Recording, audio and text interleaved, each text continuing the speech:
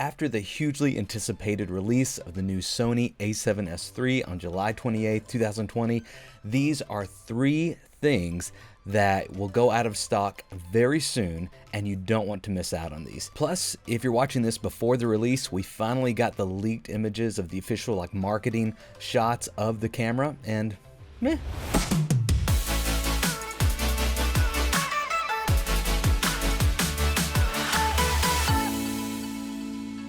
Hey, I'm Luke with Wedding Film Coach, and thanks so much for stopping by the channel. I'm really excited right now. There's so many great cameras coming out, including the a7s III. If you're into cameras and you're really excited about this, I would love for you to join me along with this journey. Subscribe to the channel, hit that notification bell, because I'm going to be bringing out a lot of content in the next few weeks about this camera. And more specifically, if you're interested in getting this camera and you want a guide to help you navigate through the menus and make sure you're using the right parts for the right functions that you need as a filmmaker, then I would love for you to go to freecameraguide.com. Go ahead and sign up for that guide that I am going to be making once I get my hands on the camera, and that way you'll have a guide to make sure you are using the best settings for your needs. So first off, we got some leaked images of the new camera, and they're on Sony alpharumors.com, and here are the full leaked product pages, the new Sony a7s III, and it looks like a Sony a7s camera. It looks like a Sony a7R camera. There's no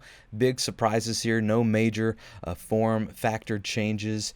I'll just scroll through these here a little bit. And the back looks a little different. The C1 button is right here where the record button used to be on the a7 III. And you can see the some of the buttons have little raised edges on them. I'm not sure if that's to make them easier to access or easier to push, but it's different. They do have a record button on the top now, where the C1 or C2 or C3 button used to be. I forget which C's they were, but anyway, it looks like about the same amount of buttons, about the same amount of dials. The shutter change, but well, you can use that dial for the shutter or the aperture. It is raised now, where I think as before it was kind of encased into the camera body. So I'm not sure if that's going to change anything or not, but there that is. And yeah, that's about it for the leaked images. Not much we can talk about or go on right now, but it is nice that we have that record button. It just shows that they are very much focused on video for this camera. And so yeah, there's the leaked images. Okay, so now to the good content, the things that you clicked on this video to see. So there are three things that I think will start selling very, very fast once this camera is announced and once it's released and once we know more about what we actually need to get the most out of the camera.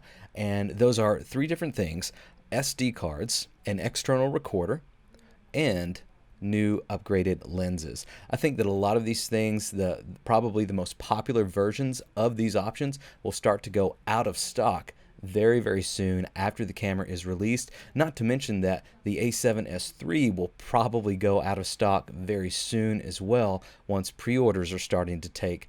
And B&H Photo actually already has their sales page up. I don't think it'll be on Amazon quite at release, but make sure you're checking on that page on B&H Photo. I will put the link in the description, and that's not an affiliate link. That is just B&H Photo's sales page for the a7 III, so you can make sure to refresh that. And if you're really wanting this camera, keep reloading that, refreshing it, and then at release it says it'll be live at 10 a.m. when the event starts. And so you may even want to go ahead and get your pre-order in before we actually see everything, if you're really wanting to make sure you get this camera as soon as possible. Okay, so let's go back to SD cards, and this is going to take up the chunk of this video because I want to make sure that you don't make any mistakes. With SD cards, they have a few misleading things that it's not really clear as to what you need. And so most SD cards, like this one we see here, is measured in megabytes per second, whereas cameras usually give you their bit rates in bits per second, megabits per second, that is. And so how do you convert megabytes per second, capital M, capital B, to megabits per second, capital M, lowercase b? And it's pretty simple. There are 8 bits to every byte. So you just do a simple conversion. I'll put something up on the screen here as an example. I'm not going to worry about getting my calculator out, but one of the things you want to look at is the V rating. That's specifically for video. And what that's telling us is that this is this kind of the consistent write speed that this card can handle. The other speeds up here are mainly used for photography, meaning that whenever it kind of deals with buffer times and how many shots you can take a second. And so this is how most photographers kind of calculate how many shots their camera will, this SD card will allow their camera to make, as long as the camera doesn't have a higher or a lower buffer on that. But for video, we want to be looking down here at the V rating. They usually come in a few different flavors: V30, V60, and V90. And for this camera, as far as everything we can tell from the rumors, we will want the V90 because it is rumored to have a 600 megabit per second bit rate in the codec. And so we want to get that 90 because we want 600 megabits per second. We take 600, divide it by 8, and then you need at least a V90 because a V60 will not be able to handle that. It's going to cut off short, and so you don't want your SD card to be limiting your camera functionality. That's definitely something you don't want. So I'm not going to go into any more depth into that right now, but I just wanted to give you that little piece of info so you don't make a mistake to buy a really expensive card that is $200 or $300 and then you won't be able to use what you need to use it for because that V rating may be a little too small or too limiting. Also, just one more thought. I would go with the higher of these. I'll include this link in the description. This is a 256 gigabyte pro grade SD card rated at V90 and UHS-2, and that's going to handle what you need it for.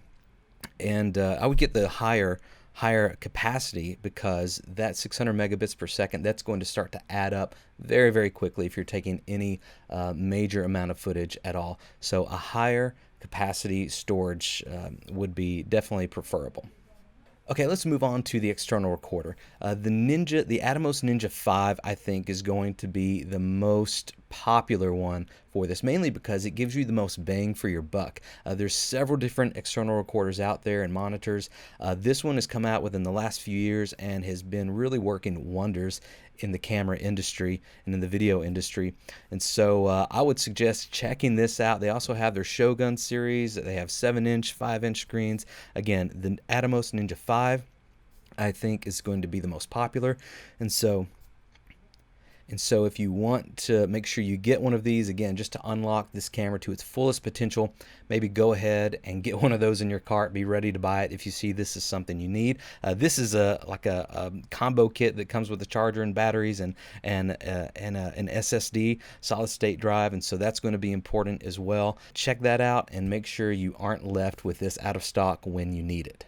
The last few things I'll talk about real quick are just lenses. And so with a new camera, it's going to have, better images, going to have better video, better quality, everything. Again, you don't want to be bottlenecked or you don't want to be limited by the lenses that you're using. And so you may already have some great lenses that work into your workflow and that give you everything that you need, and that's great. Some of you may have a lens that you've just trying to, you've tried to make them work for the last few years with what you have, and maybe you're ready to upgrade your lens with your body as well. So here are probably the most popular lenses for the A7S line for video as well. And the 24mm 1.4 G Master came out a while ago, but it got incredible reviews. So many videographers and filmmakers are using this lens. It's really fast. 24mm is a great focal length for cinematic footage.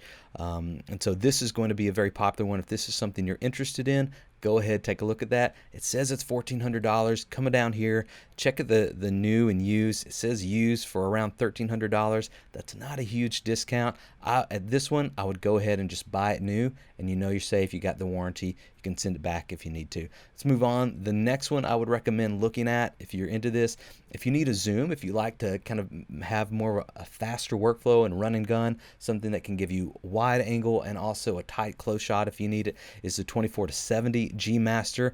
Again, 2.8 fast lens. This one's a little more expensive, around $2,100, but again, make sure you come down here, look at the used prices. You can potentially get a used one for $14.99.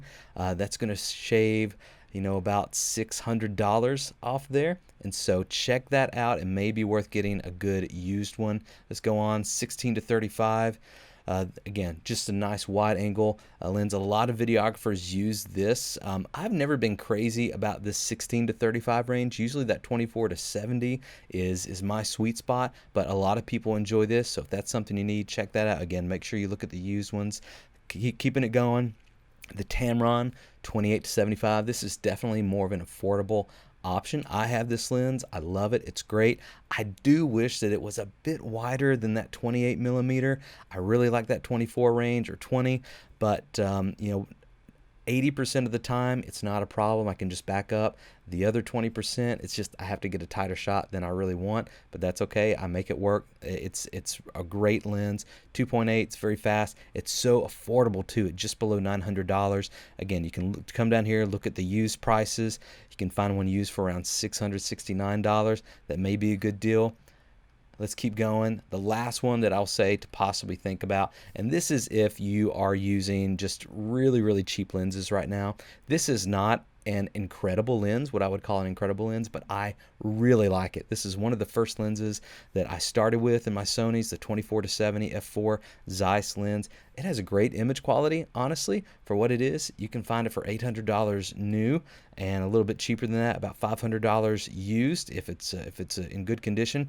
And it's a good lens. It's a good lens to start out with if you just need something to start out with, or maybe all you have is primes right now. You'd like one zoom just to kind of have in your kit. This might be the good answer for you, but I honestly wouldn't buy this new compared to the Tamron, because the Tamron's going to give you so much more bang for your buck with that fast aperture at 2.8, while this Sony Zeiss only has an f4, and you will notice that the difference between that constant 2.8 and that constant f4, and that's one of the reasons I transitioned to this 28-75, because I noticed that difference in aperture a lot more than I noticed the difference in focal length.